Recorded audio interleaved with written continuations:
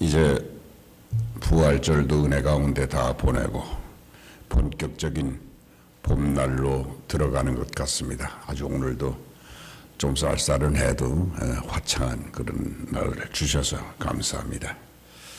봄은 무엇입니까? 봄은 내가 다시 살고 다시 시작하는 시간입니다. 죽었는가 싶은 풀잎에 윤기가 짜르르 흐르고, 그리고 어둡고 추운 시간을 통과한 꽃들이 앞을 다투면서 피어나는 그런 아름다운 계절입니다. 그러나 자연의 봄은 이렇게 오는데 사람들 마음에만 봄이 오지 않을 수 있습니다. 특히 인생의 황혼을 걸어가는 그때가 되면 겨울이고 봄이고 별 관심도 없어. 그래서 어른이 되면 은혜를 받기가 힘이 들다고 성경도 기록하고 있어요. 맨날 듣는 말씀이니까 자극도 없고 설렘도 없어요. 해서 주님은 마태복음 18장 3절에서 말씀하셨습니다. 너희가 돌이켜 어린아이와 같이 되지 아니하면 결단코 천국에 들어가지 못하리라. 이해가 되십니까? 이런 말이 있습니다. 놀러 온 사람은 받아먹어도 자는 사람 몫은 없다. 잘 알아듣나 모르겠어요. 바꿔서 말하면 교회에서도 방문한 사람 또는 어쩌다 이렇게 들린 사람은 은혜를 받아도 좋은 사람은 은혜가 없다는 얘기예요. 늘 출석하는 교인은 오늘도 뭐 그 말씀이겠지 그렇게 하면서 졸다가 은혜를 놓친다는 것입니다. 어떤 청춘 남녀가 있었습니다. 그런데 죽고 못 산다고 연애를 하면서도 만나기만 하면 계속 싸워. 극장에서 표를 샀다가도 별일이 아닌데 표를 찢어버리면서 싸울 때도 있고, 식당에 가서 메뉴판 보다가도 싸우고, 밥 먹다가도 삐지고, 손잡고 잘 걷다가도 한쪽이 토라져 가지고 가버리고, 그러면서도 만나기는 악착같이 만나는 거예요. 그래서 한 번은 궁합을 보기로 했어요. 그래서 궁합 보는 사람이 두 연인의 얼굴을 심각하게 쳐다보다가 딱 말을 합니다. 궁합이 아주 나빠. 평생 싸우면서 살 운이니까 알아서들 해.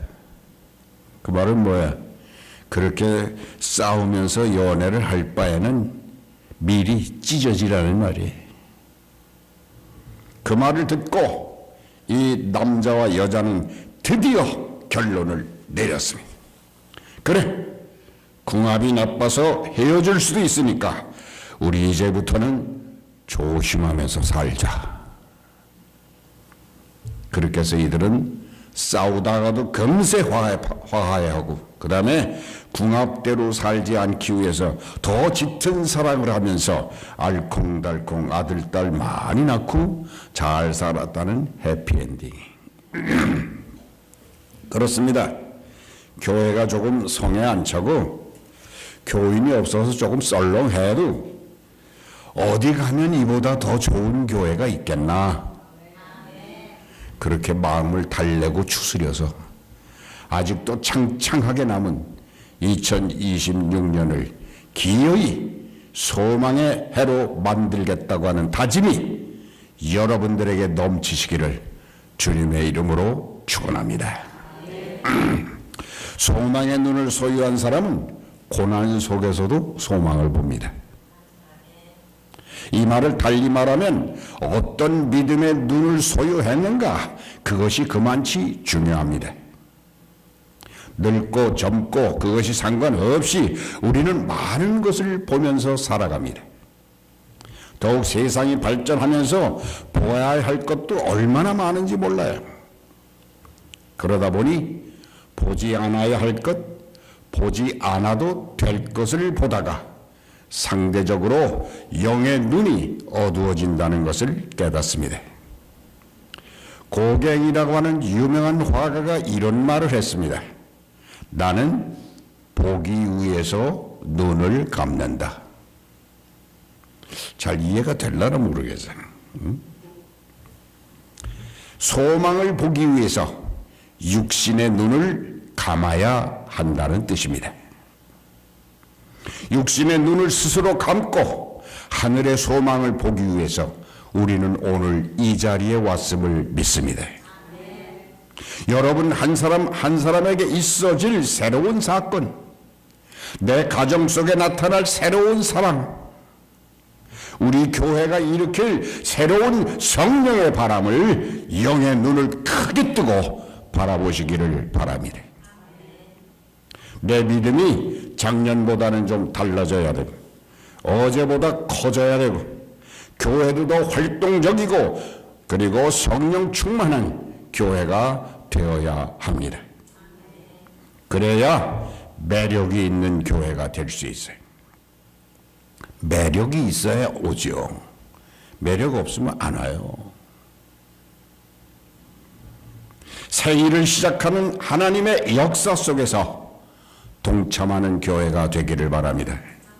하나님께는 영광이 되고 나에게는 은혜가 넘치는 소망찬 성도들이 되시기를 그리스도의 이름으로 축원합니다. 여러분들은 아브라함을 잘 아실 거예요.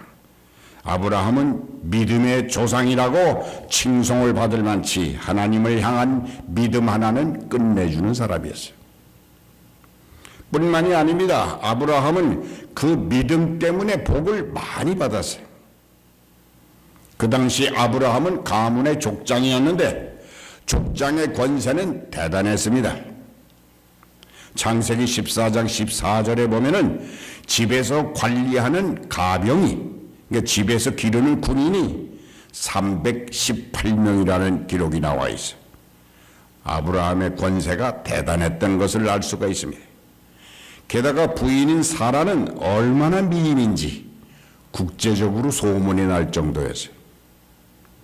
재산에다가 예쁜 아내에다가 권력에 명예까지 남자가 이 정도면 뭐 부러울 것이 없습니다.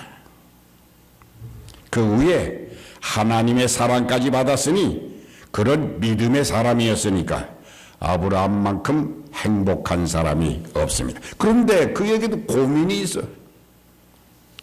나이는 벌써 8순이 훌쩍 지나갔는데 처백에서 낳은 아들은 있지만 제대로 된 직계 자손이 없습니다. 족장자가 없다는 말이에요. 그러던 어느 날 밤, 이날도 불면의 밤을 보내고 있었는데 갑자기 하늘에서 음성이 들려왔습니다. 아브라함아, 밖으로 좀 나오너라. 이런 음성을 들을 수 있는 사람이 영적으로 예민한 사람입니다. 아브라함은 늙었지만 늘 하늘을 향해서 귀를 열어두고 있었던 사람이었어요. 아브라함은 하나님의 부르심에 따라서 밖으로 나가 넓은 대지 위에 우뚝 섰습니다. 우리에게도 이런 전환이 필요합니다. 발상의 전환. 지금까지 살아온 태도를 과감히 변화시키는 것은 젊은 사람들만의 전유물이 아닙니다. 어떤 인생이나 때가 되면 구태의연한 자기 옷을 벗어야 합니다. 문제 속에서 옥신각신하면 문제에 더 얽히는 법이에요. 일단 문제 밖으로 나와야 합니다. 문제 밖으로 나와야 내가 가지고 있는 문제가 무엇인지 그것을 보게 되는 것입니다. 하나님은 아브라함의 손을 잡고 말씀하셨습니다. 아브라함아, 하늘을 좀 보아라. 번뇌에 찬 아브라함의 눈동자가 하늘을 향했습니다. 청명한 밤하늘에는 수억의 별들이 쫙 빛나고 있었어요. 그것은 그동안 잊고 살아온 전혀 다른 세계의 경험이었습니다. 그 시간이 바로 영혼의 문이 열려지는 시간이었습니다. 그때였습니다. 벅찬 가슴과 황홀한 눈으로 창공을 바라보는 아브라함의 귓전에 조용한 하나님의 음성이 들려왔어요. 창세기 15장 15절. 아브라함아, 저 별들을 셀 수가 있겠느냐? 아브라함은 너무나 벅찬 광경 앞에서 말을 잊어버렸어요. 무슨 말을 해야 할지 알 수가 없었어요. 사막의 밤하늘에 거기에는 늘 별이 있겠지, 그렇게 하면서 무심코 지내던 아브라함은 하나님이 보라시는 하늘을 보는 순간 충격을 받았다는 것입니다. 그렇게 많은 별들이 그 넓고 넓은 밤하늘을 채우면서 반짝이고 있는 것을 그때 발견했다는 것입니다. 늘 보는 하나님과 늘 보는 별과, 그러나 하나님이 보라시는 하나님과 하나님이 보라시는 별은 너무나도 달랐다는 것입니다. 그날 별이 새로 만들어진 게 아닙니다. 별을 보는 내 눈이 새로워진 것입니다. 하나님이 말씀하십니다. 아브라함아, 내가 너에게 네 자손을 저 별처럼 많게 해줄 거야. 지금은 네 눈에 아무것도 보이지 않아도 지금 내가 하는 내 말을 믿어라. 나는 새 일을 행하시는 하나님이니 내 약속을 믿어야 된다. 하나님이 잠 못 이루는 아브라함을 이끌어내신 은혜가 바로 이것입니다. 좁고 좁은 나만의 세계에서 오직 내 힘으로 해결하려고 했던 어리석음을 접어버리고 눈을 들어 하늘을 바라보고 별을 보게 하신 하나님, 지금 내 손에는 아무것도 없지만은 꿈을 꾸게 하시고 비전을 보게 하시는 하나님의 그 놀라운 사랑, 그렇게 아브라함에게 쏟아졌던 위대한 소망과 가없는 은혜가 오늘 여러분들에게도 그리고 이 교회 위에도 임하시기를 소망합니다. 오늘 본문입니다. 손에 쟁기를 잡고 뒤를 돌아보는 자는 하나님 나라에 합당치 아니하니라. 손에 쟁기를 잡았으면 땅을 파고 농사 짓는 일에 열중해야 하는 것입니다. 작년에 미진한 것, 열매가 별로 없었던 것도 잊어버리고 기분 나빴던 것, 상처를 주고받았던 것 다 버려버리고 쟁기를 단단히 잡고 신앙생활로 나아가는 것입니다. 말씀을 사모하고 말씀에 집중하고 게으른 신앙생활의 자리에서 분연히 일어나 말씀 안에 자신을 몰입시키는 그런 성실한 크리스찬이 되시기를 축원합니다. 1972년에 달라스에서 있었던 일입니다. 그때 그곳에서 엑스플로 전도대회가 열렸어요. 아주 큰 행사죠. 그때 태어날 때부터 소경이었던 17살 난 소녀가 간증을 했어요.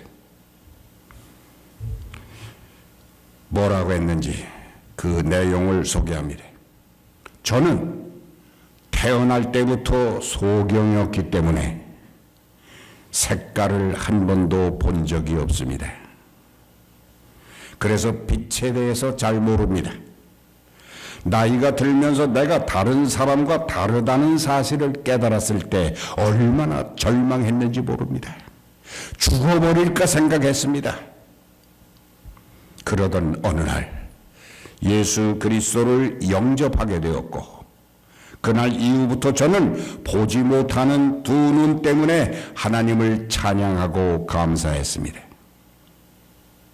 그 까닭은 주님이 다시 오시는 그날에 내 눈이 떠질 것이기 때문입니다. 그날이 되면 이제까지 세상에 추하고 더러운 것을 한 번도 보지 못한 내 눈이 처음으로 영광의 주님, 그 빛나는 주님의 얼굴을 바라볼 수 있기 때문입니다. 그래서 전에는 아무것도 보지 못하는 데 신세를 한탄했지만 지금은 소경된 이 은혜가 너무나 감사합니다. 그 소녀는 감은 눈으로 주님을 만날 그날을 바라보는 감격에 미리 떨었고, 두 눈을 뜨고도 볼 것 보지 않을 것 다 보면서 세속에 물든 수많은 청중들은 회개의 눈물을 흘렸다는 감동적 실화입니다. 그 소녀는 영의 눈으로 그리스도의 새빛을 보는 하나님의 딸이었습니다. 새날의 하루하루는 바로 이 빛을 보는 날들이 되어야 합니다. 비록 우리 모두가 다 육신은 늙고 쇠하였어도 주님이 이끄셔서 보여주시는 별빛, 달빛, 그리고 햇빛과도 같은 소망을 다 함께 바라보시기를 바랍니다.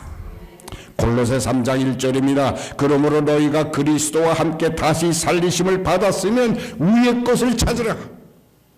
거기는 그리스도께서 하나님 우편에 앉아 계시느니라.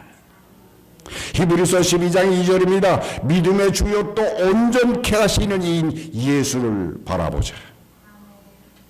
또다시 오는 봄날에 예수님을 바라보고 예수 그리스도가 소망의 근본인 것을 믿는 믿음이 2026년 남은 날들에 충만해지기를 주님의 이름으로 축원합니다. 신앙이라는 장기를 잡고 별을 보시기 바랍니다. 신앙이란 하늘을 보는 것입니다. 그리고 멀지 않아 그 하늘나라에 들어가는 나 자신을 바라보는 것입니다. 내 눈을 바꾸는 것입니다. 내 가치관을 바꾸고 하나님을 향한 내 신앙의 자세를 바꾸어 버리는 것입니다. 인간적이요 세속적의 그런 삶에 물든 내 아집의 시선을 창조주 하나님을 향해서 집중하는 것입니다. 이것이 새날의 뜻입니다. 아직 2026년을 바꿀 수 있습니다. 아직은 새날의 출발을 이 봄날에 기대할 수 있습니다. 지금까지 어떤 신앙인으로 살아왔는가? 성찰해 보는 것입니다. 쟁기를 잡고 엉뚱한 곳을 쳐다보며 살아가는 사람은 아니었는가? 스스로 돌아보시기를 바랍니다. 어떤 부부가 부산에서 서울로 올라오다가 그만 남편이 깜빡 조는 바람에 교통사고가 났어.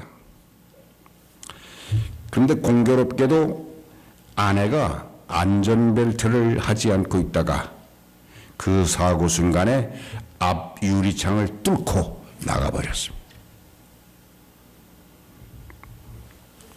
그때 핸들에 머리를 쳐박고 정신을 잃었던 남편이 깨어나 보니까 아내가 저쪽 벼랑에 처박혀 있는 것입니다. 이 남편이 피를 흘리면서 필사적으로 나와서 아내에게 기어가고 있습니다. 그런데 그 나중에 이 남편이 간증을 했습니다. 그 처참한 순간에 자기의 생각 한 구석에 기어나가면서 이런 생각을 했다는 것입니다. 아, 그러면 내 나이가 아직 50도 안 됐는데 재혼을 해야 되나 말아야 되나. 애를 셋씩이나 낳고 서로 사랑한다고 그렇게 살아왔는데 아내의 처참한 모습 앞에서 겨우 그런 생각을 했다는 것입니다.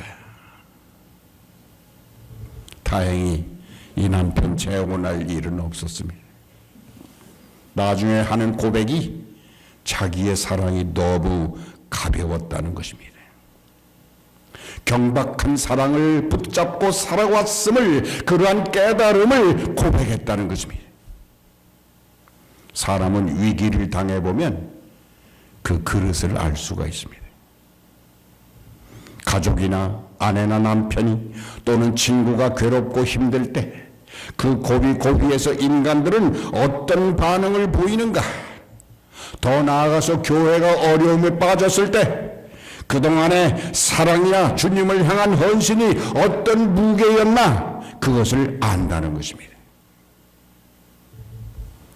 여자만 신을 거꾸로 신는 게 아니에요. 지저 없는 이 시대는 부부도 부모와 자식의 관계도 심지어는 하나님을 믿는다는 성도들의 관계도 머리만 있고 가슴은 사라지고 말았다는 것이 정설입니다. 사랑은 가슴으로, 이 깊은 가슴으로 하는 것이 사랑입니다. I love you를 골백 번 외쳐도 소용없어요. 더욱 그리스도를 향한 사랑, 하나님을 향한 사랑은 머리로 하는 사람은 그 참사랑을 깨닫지 못한다는 것입니다. 그러나 그래서 이 세상에서 가장 먼 거리가 어딘지 아십니까? 그것은 뉴욕과 LA가 아닙니다. 가슴과 머리에. 가슴과 머리 사이가 너무너무 멀다는 것입니다. 보기에는 아주 가까워 보이죠. 머리와 가슴이. 근데 어떤 사람은 평생 머리로만 사랑하는 사람이 있어요. 사랑은 못해. 평생 머리는 뉴욕에 있고 가슴은 LA에 있다가는 진정한 사랑도 섬김도 헌신도 더 나아가 새로운 은혜도 역사도 이룰 수 없다는 것을 깨닫는 여러분들이 되시기를 축원합니다. 오늘 본문 앞에 나오는 성경 말씀의 장면이 하나 있습니다. 주님이 주님을 따르는 무리들 중에 하나에게 딱 명령을 하셨어. 너는 나를 따르라. 그랬더니 그 사람이 뭐라고 그랬다고 나와 있습니까? 누가복음 9장 61절에서 선생님, 저는 가서 아버지 장례식을 치르고 오겠나이다. 그때 주님이 말씀하셨어요. 죽은 사람은 죽은 사람이 하도록 하고 너는 지금 나를 따르라. 조금 냉정한 말씀 같지만은 무슨 말씀인지 그 참뜻을 알아야 돼. 핑계 대지 말고 변명하지 말라는 거예요. 하고 싶으면 하고 하기 싫으면 하지 않는 선택 과목이 아니라는 것입니다. 오늘날 많은 교인들은 자기 좋은 대로 신앙생활을 선택하며 살아갑니다.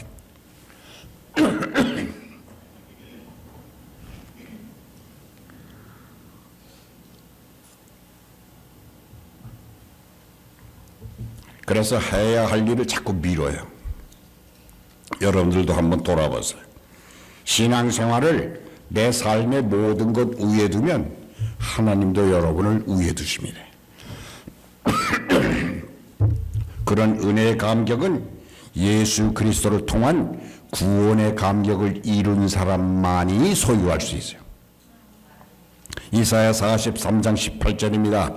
너희는 이전 일을 기억하지 말며 옛적 일을 생각하지 마라. 보라, 내가 새 일을 행하리니 이제 너희에게 나타날 것이라. 낡은 것을 고치고 수리하는 하나님이 아니라 낡은 것을 새 것으로 바꿔주시겠다는 이 주님의 계획을 믿으시는 여러분들이 되시기를 바랍니다.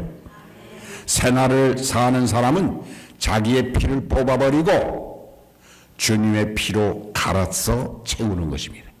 그것이 새날이 시작되는 증거입니다. 그리고 움직여야 돼요. 예수님이 부르신 제자들은 능력이 탁월하거나 출중한 사람들이 아니었습니다. 그러나 그들 제자들이 다른 사람과 다른 점은 결론을 잘 내렸다는 거예요. 마태복음 4장 18절 이하에 놀라운 장면이 전개되고 있습니다. 예수님이 베드로와 안드레를 제자로 부르실 때 나를 따라오라. 내가 너희를 사람을 낚는 어부가 되게 하리라. 그렇게 말씀하셨어요. 그러자 그들은 곧장 그물을 버려두고 예수님을 따랐다고 성경은 증언하고 있어요. 대단하지 않습니까? 내일 일을 걱정하지 않았습니다. 유명하지만 쓰임받지 못하는 사람의 특징은 무엇입니까? 무엇이든지 끊어야 할 것을 끊지 못하고 미적미적거리는 사람입니다. 야고보와 그 형제 요한도 주님이 따라오라고 말씀하시니 22절입니다. 저희가 곧 배와 아버지를 버려두고 예수님을 쫓으리라. 주님의 말씀을 따르는 일이 좋은 줄 알면서도 미련을 버리지 못하는 게 우리 인생들이. 고린도전서 3장 18절에서 단호히 말씀하셨습니다. 아무도 자신을 속이지 마라. 어리석은 자가 되라. 기막힌 말씀 아닙니까? 자기가 똑똑한 줄 착각하다가는 망설이고 기회를 놓친다는 것입니다. 팻 맥나건이라는 그 사람이 쓴 책 중에 바보들은 항상 결심만 한다라는 책이 있어요. 제목만 들어도 강력한 어떤 인사이트가 생기지 않습니까? 바보의 특징은 결심만 하고 행동하지 않는다는 거예요. 결심하다라는 영어를 뭐라고 그러죠? decide라고 그래요. 이 decide는 무엇으로부터 잘라낸다라는 뜻을 가지고 있어요. 말하자면 내가 소유하고 있는 것들 중에 일정 부분을 희생하는 결심이라는 것입니다. 내가 아직도 구습의 미망에서 헤어나지 못하면 하나님 대신 사탄이 그 사람의 일을 하게 됩니다. 하나님은 하나님의 사람을 일으켜 세우지만은 사탄은 그 사람을 무너지게 합니다.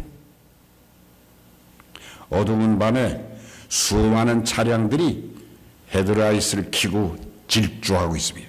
그때였습니다. 길 옆에서 위반 차량을 적발하기 위해 서 있던 경찰차 한 대가 갑자기 경고등을 켜더니 어떤 차를 향해서 그냥 쏜살같이 뒤로 쫓아가서 독수리가 병아리를 채듯이 그렇게 딱 쫓아가서 그 차를 세웠어요. 경찰관이 쭉 내리더니 그 사람의 차로 딱 가는 거예요. 운전하는 사람이 재수없다는 표정을, 우리 다 그러지? 경찰한테 걸리면 재수없다는 표정을 지으면서 윈도우를 쭉 내렸어요.